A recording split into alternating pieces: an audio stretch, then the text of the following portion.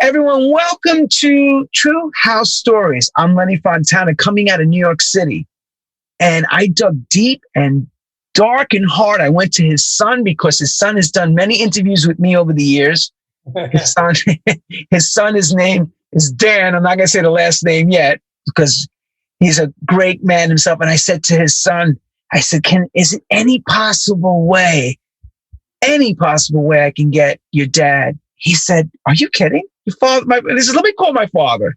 I'll get him. So that's what he did. He got off the phone with me, called him up, and next thing I knew, we had Tony Prince 3 months ago locked in right before Christmas to come and talk about DMC. Those who are familiar with DiscoNet in the late 70s and 80s, a disco mix club, DiscoNet, they had the DMC Mix Club, and he's going to talk about that as well. The DMC Championships with the gold turntables and the Scratch Master, CJ McIntosh, all the names that came through. Tony will tell you all about that too. Tony's behind all that. I'm not clear on the Mixmag situation because I always wondered if Tony was behind the original publishing of the Mixmag magazine, but I'm going to ask him that as well. He will then help us clarify that too. So I like to introduce and welcome from the UK, a king of dance music, one of the first initial presenters from Radio Luxembourg from the 60s. So let's talk about the Beatles era and that. There he is. My man and your man, Tony Prince. Thank you, Tony, for pushing everything aside. And we're a little late, but thank God we're here. Welcome, Tony. I'm sorry. I was the one who was late. I just had one hell of a day over here in England. And in lockdown, things are very difficult, you know. Anyway, I was sitting there.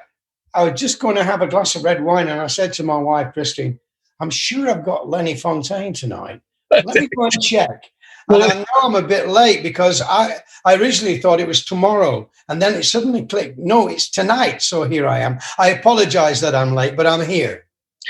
Tony told my assistant, Karen, I think we saw each other last time in New Music Seminar. Oh, and it was a long time ago. A long time ago. Tom Silverman and the gang. Tom Silverman from Tommy Boy. Yeah. Oh, they were great. Weren't they great days? Oh, the Marriott Marquis. We were just talking about that with another producer last night. I said they have to bring that back to New York because when they moved it to WMC, went to music, New Music Seminar was still going on, but then it kind of petered out, and then it wound up. All of us were always looking forward to going to Florida. So that kind of changed. You know what happened? What happened, Lenny? The Marriott Marquis didn't like how funky it was. You know, they're a top-class hotel in New York in Times Square, and suddenly, once a year for a few days, you got all these dudes there. You know, the hip-hop crowd blocking the lobby. And it didn't go down well with the residents, the people who paid. No, I know. And so on. And so they eventually said, you've got to go. You can't come here anymore. And they moved the Battle for World Supremacy to a venue around the corner. And it just petered out. So eventually I went to Tom Silverman. I said, Tom, you can't let the Battle for World Supremacy die. DMC are doing the World Championships. We'd like to include this in our program every year. And we've been doing it ever since. So there you go. Tony, let's start from the top. Young man with mom and dad. We know you have a mother and father, and you started out. Where does music find the young Tony? Young Tony with the long black hair, the little kid. I was born in a town called Oldham in Lancashire, about 50 miles away from Liverpool. And as a kid, I was at Oldham Art School from the age of 13 to 15. And I fell in love with music, and I used to learn all the tunes. I bought my first Elvis Presley records on 78 vinyl. And anyway, my first job when I left school was as a jockey, a real jockey, not a disc jockey, one that rides horses. I went to Yorkshire to a stable, and I went into the winter months, and it was terrible. You know, it was freezing.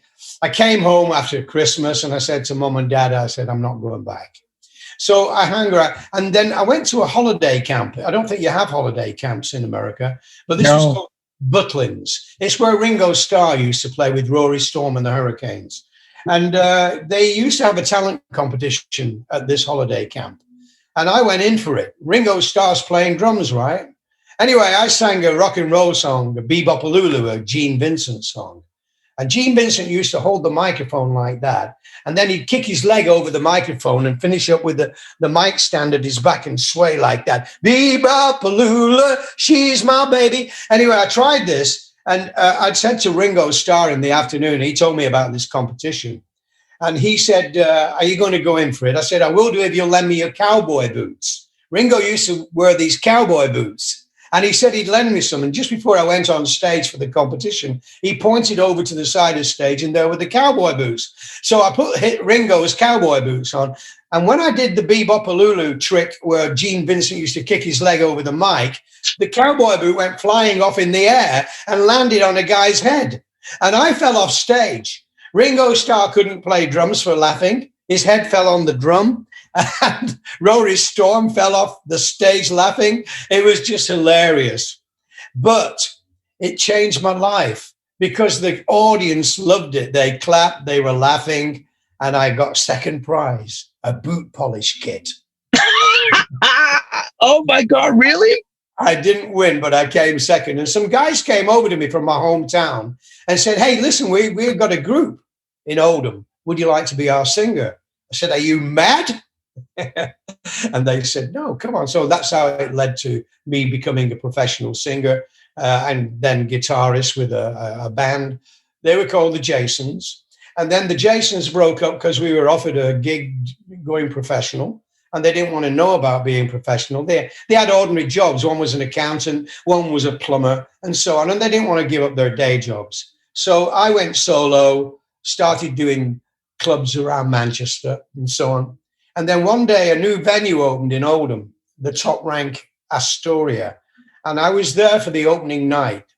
And the band leader and I found ourselves standing at the bar together. He said, what are you doing these days? I was called Tommy then, by the way, not Tony. And I said, I've gone solo. The Jasons have broke up. He said, listen, I'm looking for a lead singer with the band. He's talking now 15-piece orchestra, right? So that's how I got the job with the big band. Long story short, the manager of this venue, when he knew I was singing with the band, he said, the DJ we've got is crap. Would you like to play the records when the band have a break? And would you like to help me to identify the great groups we should book into this venue? So I had a real full-time job now. And then one day I recommended a band to him. I said, you've got to book this group to come here on a Tuesday night live band session. It was the Beatles. They just got Love Me Do Out. I'd seen them on TV in Britain. Wow. So I just thought they were fantastic. So they came to Oldham, to the Top Rank that night. I introduced them on stage. And Oldham was packed with teenagers who came from all over Lancashire. The start of Beatlemania. It was the night that Please Please Me went to #1 on the New Musical Express chart.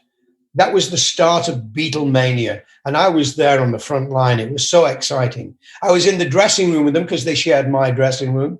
And after the gig, we had to close the place down. It was just chaos. We had the police there. All the bouncers lost control, the security guys. Sure. But the most exciting night. And that was my night with the Beatles. So, claim to fame. I introduced the Beatles the night Please Please Me went to #1 for the first time. Did you actually announce it as the band that has the #1 record in the country?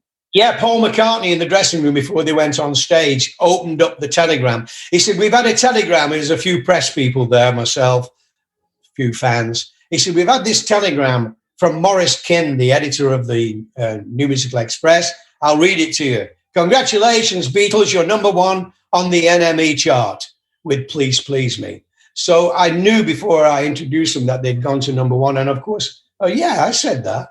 Hey, everybody, you're in for a real treat tonight. Not only have we got an incredible band here, we've got a band who've gone to #1 tonight, this very night. Let's welcome the Beatles. That's historical. That's historical, brother. I was stuck on stage with them for the whole set.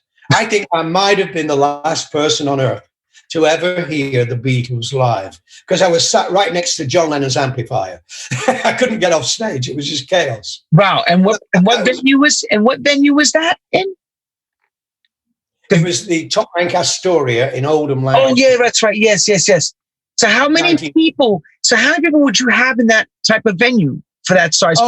Oh, it was a ballroom, what we called a ballroom. They held about 1,000 people, about 1,000. But outside the venue was a place called the Star Inn, which was a series of roads that met, a very big area.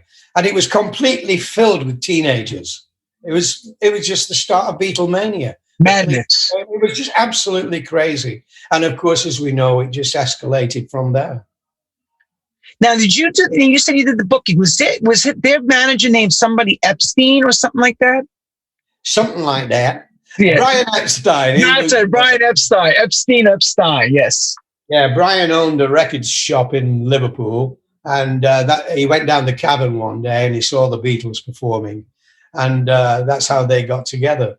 They needed a good manager. He wanted to become a manager, and of course he managed them and took them to stardom and started managing all the other Liverpool groups, like Jerry and the Pacemakers, the Swinging Blue Jeans, all those kind of guys. Yeah, he was an incredible success. And not because he was a great manager, he was just caught on a tidal wave of the Beatles' success. But his life was ended short, if I remember correctly, from the historical. Yeah.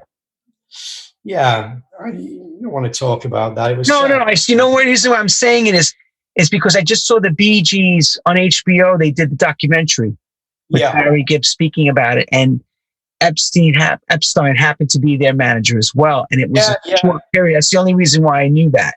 Otherwise, the Beatles all went to Wales to a Maharishi yoga seminar. This Indian guy used to have this religion, and they all went to this event.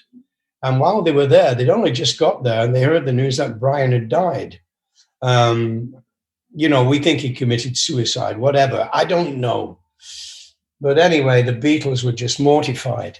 I bet they would be, especially he helped launch them into a whole different stratosphere. He did, yeah. So anyway, now you mentioned about you being not only just the booking guy at the place, you became the DJ and record selector. That's how I became a DJ. I got paid a couple of dollars more a night, not just to sing with the band, but to also play the records when the band had a break. They'd all go to the bar and I'd go to the record decks. And that was quite, I really got into it. I loved doing it. And the one thing I noticed was that the audience kind of cheered when the band finished. And they cheered when the band finished and handed over to me. They cheered like crazy. And when I finished the little 20-minute set and brought the band back on, they booed. Are you serious? They didn't want the live 15-piece orchestra. Those days were gone. This was the day when people said, we want the records. We want the actual artists in this ballroom. We don't want cover versions. And I was there when that all happened. And then they moved me down to Bristol. Okay. In the West Country. Same band. We all went down there, the band, and I inherited the job of DJ. And then what happened was the Musicians Union, remember that? The Musicians Union came to see us. It was a new venue, brand new venue, with a circular stage that revolved, balcony all the way around. This one held about 2,000 people. And it was a fantastic venue. And I'd left home for the first time. As a bachelor, I got my first car. I was living in an apartment. For the first time, I was really King Dick in Bristol. But then the Musicians Union came to see us. And they wanted to see that we had the right terms. We were getting the right wages and we were being treated correctly by this company, top rank. Anyway, the union secretary who interviewed me, he said, you're singing and playing guitar, and then when the band have a break, you're playing records, yeah? I said, yeah. He said, and you're doing lunchtime sessions from 12 o'clock till 2 every day of the week, aren't you, for the kids to come at lunchtime? I said, yes, every day of the week. And you're doing Saturday morning sessions for under 16 kids. You're doing Saturday afternoon record sessions. And then you just work every hour God gives you. I said, yeah, but I love it. There's no problem. He said, I think you should be paid more. So he went away, and I'm thinking, yeah, this guy's going to get me a pay rise. But that didn't quite happen. What happened? What exactly happened? He came back to me with a letter. I've still got the letter. And the envelope said, "Keep music live," in red stamp. Keep music live. And I opened this thing. "Dear Mr. Prince, it's been brought to my attention that you're breaking union rules. Keep music live. We do not want records played in live venues because it's putting trios out of work." Now, before records, you'd have a 15-piece band. When they went to the bar, a trio would take over. Right. 3 live musicians. So that was what the Musicians Union was concerned about, that their members' potential was being attacked by these black vinyl things that had the real Beatles and the real James Brown. You know, they were threatened by records. Over here in the United Kingdom, we also had the BBC, the big broadcasting authority here. They had the same problem with the Musicians Union. They wanted to keep music live on the BBC. So the BBC inherited a deal with the MU saying needle time restrictions. Needle time being the time you put a record on with a stylus, yeah? They called it needle time restrictions.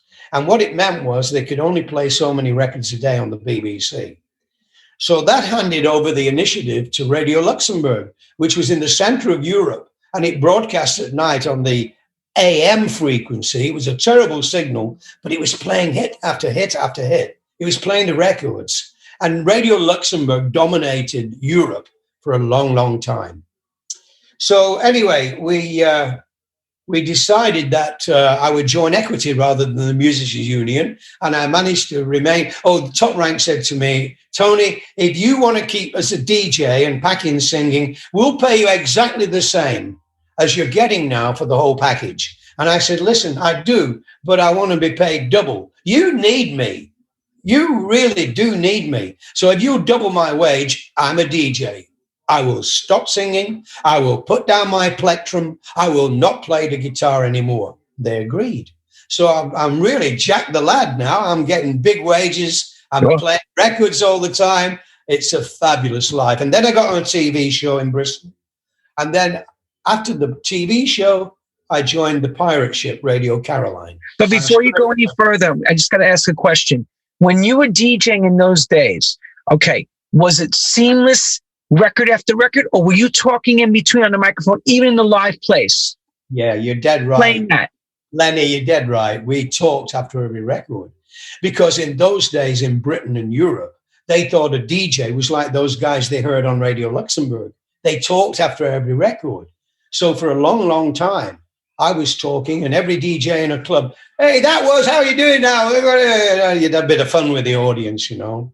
So you're right. You've actually nailed it there. That was the big change that took place when DMC was launched. But that's quite a long way away, DMC. Yeah, well, but we want to make sure. But at the time that you're creating the art, remember, you're at the groundbreaking moment of playing records. If you're not mixing or not, but you're actually playing records in a venue. That was unheard of. Yeah, and I had 2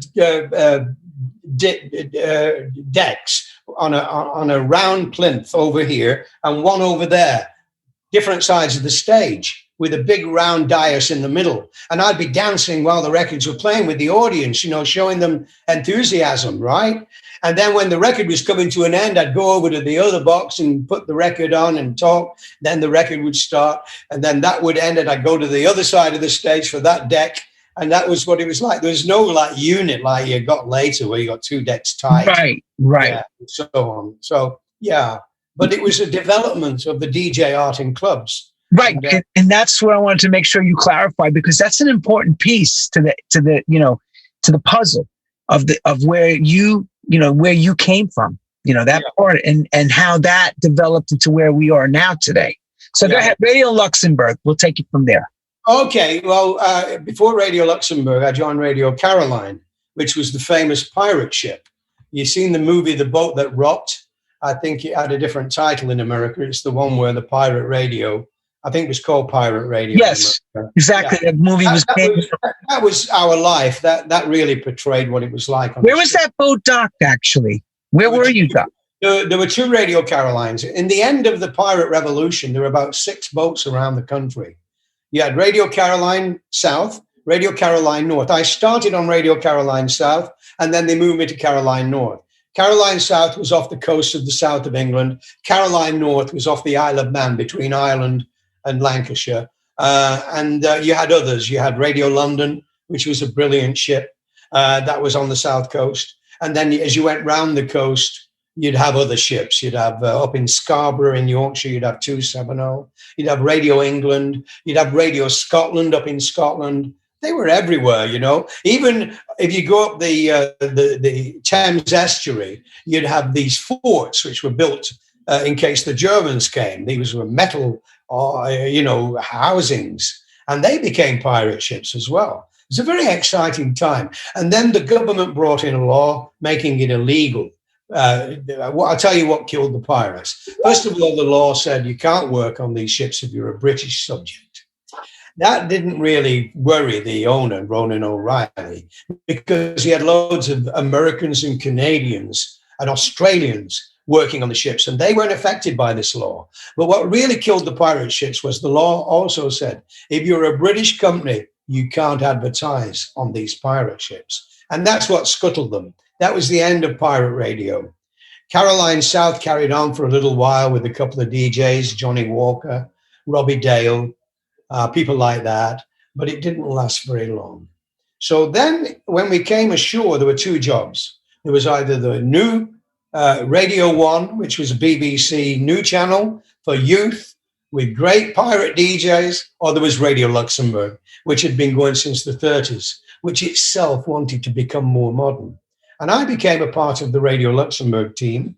There were 4 or 5 of us that went out there to live in the center of Europe. And so you left England? So you left England and relocated? Yeah. So where did you base yourself for Radio Luxembourg? In Luxembourg? Yeah, the Grand Duchy of Luxembourg. It's where Belgium, Holland, and Germany meet. It's a little place called the Grand Duchy of Luxembourg. And I spent 16 years with that company. 9 years in Luxembourg, living there. My son Daniel, who you mentioned earlier, was brought up there along with Gabrielle, my daughter. And then I came over to London to run the station. I became program and promotions director, which was a really great thing for me because it meant I could come back to live in the United Kingdom. Luxembourg was all right, but it was a bit boring. You know, the very conservative little country. But what kept us happy was all the bands used to come over to be interviewed. Queen, Elton John, Rolling Stones, they all had to come to Luxembourg to be interviewed. If they wanted a hit record, they needed a Luxembourg interview. They had to stop through, had to make a stop through. It wasn't even stop through. If they came over, they'd come on a plane from London.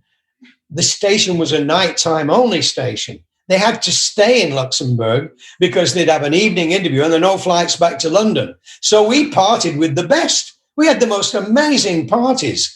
You get like Queen would come out with Eric Hall, who worked for EMI, and Eric Hall would have this amazing expense account, credit cards, and we'd all go to the best restaurants. And then after the meal, we'd go to a club. We had so much fun with all these artists, you know.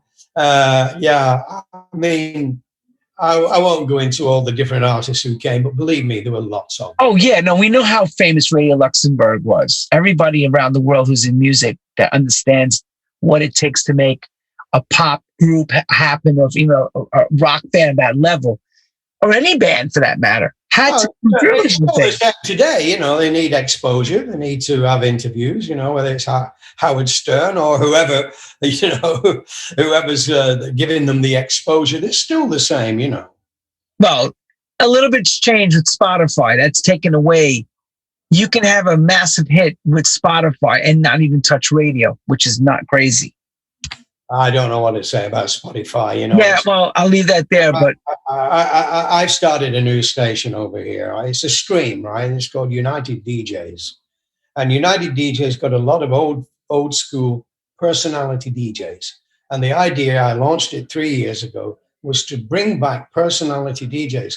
Now, if you've got Spotify playing all the tunes, why the hell do you need a radio station? You don't need a radio station unless it offers something else. And what we've done with this, if you think about the pirate days, the Radio Caroline ship, we were changing the world of media for the youth of that day and age. The kids who wanted to hear records came to the pirate ships to get it.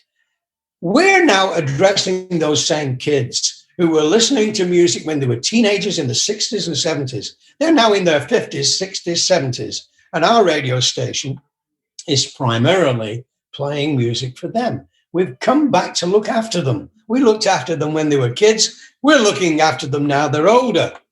So we've got this great radio station. And the other great thing about it is it's global. You can hear it where you are tonight. You just go on uniteddj.com.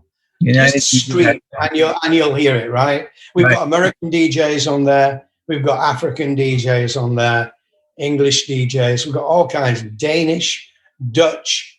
Oh, it's just an amazing show. I've got 32 DJs doing shows. It's amazing. I've gone on far too far there because you really wanted to know about these DJs talking in clubs. Yeah, well, I have to give you some major credit. I think you're probably one of the first ones to do it.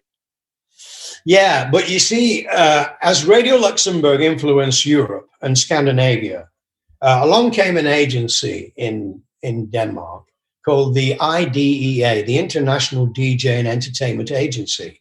It was run by an English guy called Alan Laurie. And he knew that the kids in Scandinavia, that's, Sweden, Denmark, Norway, Finland, those 4 countries make up Scandinavia. And they got clubs in every village, clubs in every town. But they wanted an English-speaking DJ because they all listened to Radio Luxembourg. So they didn't want a guy who in Finland speaks Finnish. They wanted an English DJ. That would be prestige, you see. Sure. So Alan Laurie brought in all the hundreds of DJs in clubs. He made an absolute fortune. But they all talked after every record because the kids in the clubs thought that's what DJs do. They listened to Luxembourg and they thought that was the norm. So if you played, for example, if you played a Chubby Checker record, let's do the twist again, right? Whatever. Yeah, come on, everybody. Here's Chubby Checker. We're going to do the twist again like we did last summer. Right. And everybody go crazy. And you, boom. Okay, now we're going to have a twisting competition. Let's see which of you is the best twister. It was all that fun and games, That's exactly what I remember when I was a kid. Yeah. I remember it exactly the same way. We all did it. I always had a theory that the DJs in America started mixing before anyone else because there were lots of, let's say, non-Americans, Cubans, and people who didn't speak great English. So they couldn't do what the English or American DJs did, talk after a record. And they started, because they were too shy to talk or they couldn't speak great English, they started mixing records together. It's just a theory. I don't know whether that's true. I've always held that as a theory. But over in my world... It's a good theory. It's a good theory. It could be... I actually have another side to that theory, but... and it happens to be around 1969-70 where it really begins. Yeah. With Francis Basso. He actually was shown from somebody else, gave him an idea of how to put 2 beats together.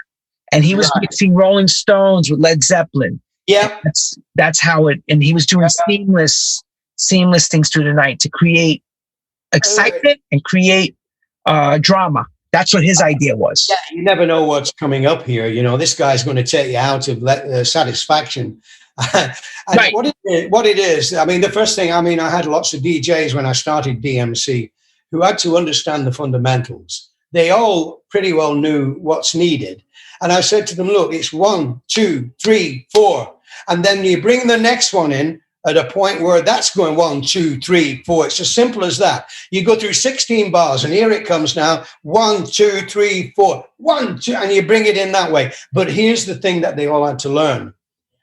You can't just bring in any old record. Don't bring it in on the music. Make sure it's the percussion, the drum, because there's no key clashing going on there. But the minute you mix the vocals together, you've got to make sure they're in the same key.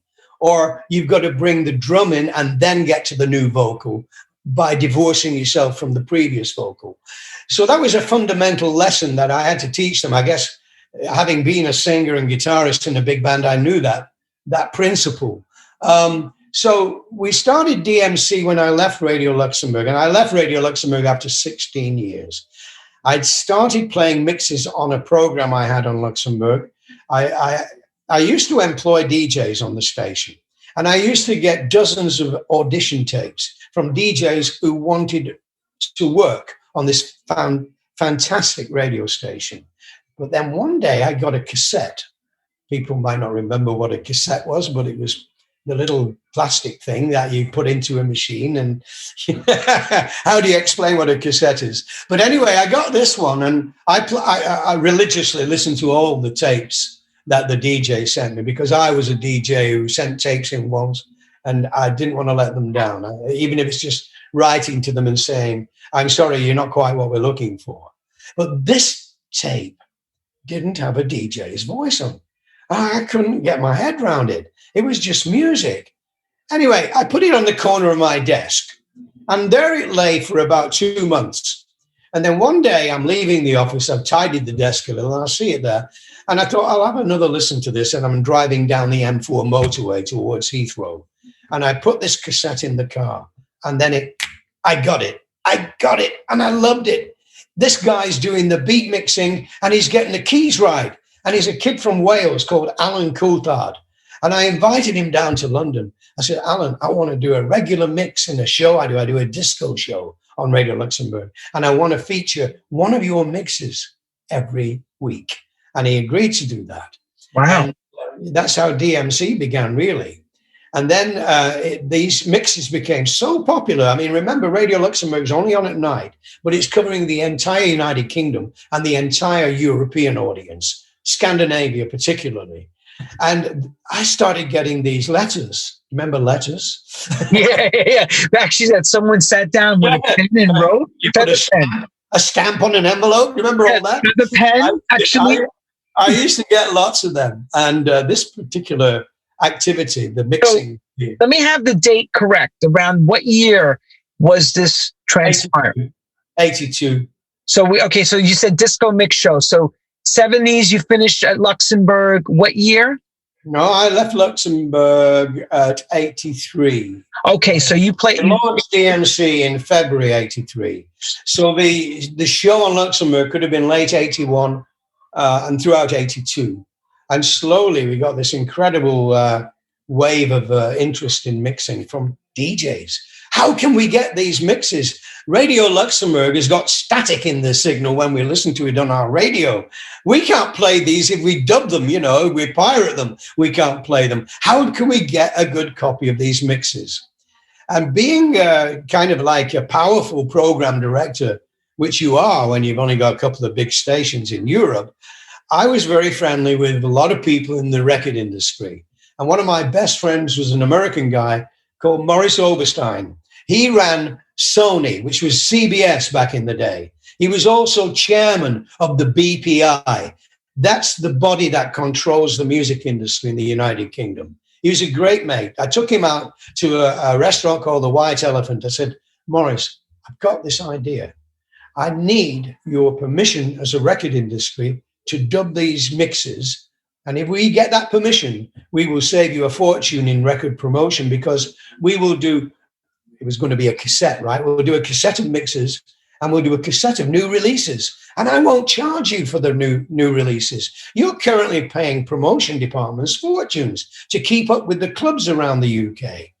I can give short tariff to that. I can make sure that all the DJs in the UK, and I do mean all of them, who work in clubs, right, want these mixes.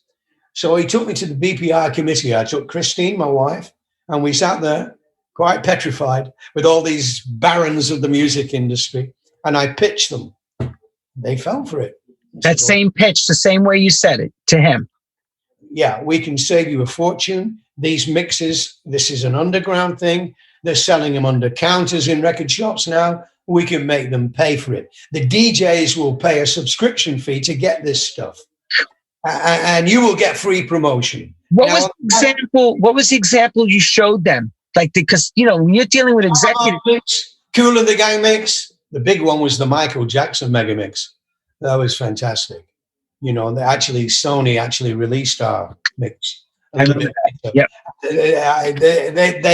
They asked me, can we do our own release of this Michael Jackson mega mix, which Alan had done? And I said, well, yeah, you're being kind to us. We'll be kind to you. So this guy who ran the promotion department, I think he pressed about 200 records, which he was going to send to DJs. It was to promote the Thriller album. And he phoned me up one day. He said, Tony, I'm in real trouble here. I said, why? He said, I've got to destroy all 200 of those 12-inch records. I said, why? I said. He said, Michael Jackson wasn't approached for his permission. and he's pissed off. He's angry. Yeah, he's really angry. So they had to destroy them all. I kept 3. I think I've still got 2 on the Epic label. Sure. So anyway, that's how DMC started. But one little ingredient I need to mention. I knew that apart from sending them cassettes, which within 6 months became records, I needed to have a newsletter for them. And instead of doing a Renoed piece of paper out, I decided to do a magazine. And I called that magazine Mixmag. And from February 1983, DJs who joined DMC, they got 2 cassettes and Mixmag magazine. I didn't know where we were going with this magazine. I didn't know whether I was dealing with club DJs, party DJs, radio DJs. The early magazines addressed all of them. We were like looking after the industry of DJs at every level. Sure. And then it developed, we started getting Technics, started advertising the SL 1200 with us. 2 years later, we started the first DMC World DJ Championships in a convention. Whitney Houston came over and did her first ever PA in her life. 1,000 DJs in Peter Stringfellow's Hippodrome in London. Oh, yes. I know that place. I remember that. Oh, it was a brilliant venue. Hippodrome. Oh, I remember it very well. That's where Whitney did her debut performance.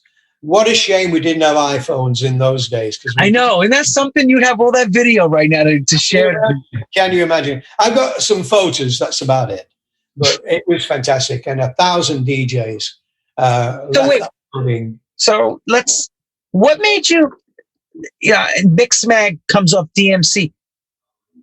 What was the spark did you notice that there was something missing to create this DMC? What was the deal? Something must have made you go, I'm going to do this. It was like understanding that the DJs were not they didn't have a central focus. They were fragmented as an industry. They were all doing different things. I just felt like not a union, but a club where they felt part of it. We used to get club DJs writing columns in Mixmag. In the early days, you'd go through 4 or 5 pages where all these club DJs would give the news from their club in Manchester, their club in Glasgow, and then slowly their club in Finland, their club and then of course we started an American branch. And I was thrown out of the Musicians Union. I was forced to become a DJ. And from that moment on, DJing and the industry of DJing has been central focus in my life. And that's why I formed Mixmag, to help the DJ industry, who had the world against them. The Musicians Union hated them. Sodom. I thought we'll do our own thing. And I think that's what Mixmag did. And then it became a proper magazine. When we sold it in 98, I think it was selling 150,000 copies a month. Yeah, I remember that. Circulation. I started one in America. Then we sold Mixmag to a big publishing house in the UK. And then I moved over to America. I lived in Battery Park City for a year and a half and running my American office. And we started another magazine and we called it Mixer, Mixer, to kind of emulate what we did with Mixmag. But publishing in America is a real difficult trick. I just didn't learn that trick. It was too expensive. It was too difficult. So I kept the magazine going for about a year and then I bailed out. And I went back to London. Well, I remember in that time you had that office. And I remember Bill Brewster was there. And I also remember, was it Guy? Yeah, Guy Onadell. Guy Onadell was there. I used to pick up stuff from him. So I remember those days of when you were pushing the DMC vinyl pieces and that Mixer you had like the first initial ones were like 2 or 3 pages, high gloss or something like that. Uh-huh. If I remember correctly, the first initial ones, I don't remember if it's exactly that, but I do remember you were very informative with everyone that you were pushing for who did mixes for you. So I had to give you a lot of credit. You did. I had a guy called Darryl Resler who was the editor of Mixer. He was a proper journalist. And he'd put Paul Oakenfold on the cover, Danny Taglier on the cover, and we were just working the DJ image in America. But America's just a hard country to publish one magazine. Yeah, but it was fun. Yeah, and adventurous, because as you were doing it here, a lot of us were coming over to your side of the pond and having a lot of success and excitement at the same time. You certainly were. And the reputation of American DJs was enhanced by the pages of Mixmag. That's right. Where we gave you the publicity, We also set up the big brands, Ministry of Sound, Cream, Renaissance. Those big brands were created through the pages of Mixmag. They started advertising with us.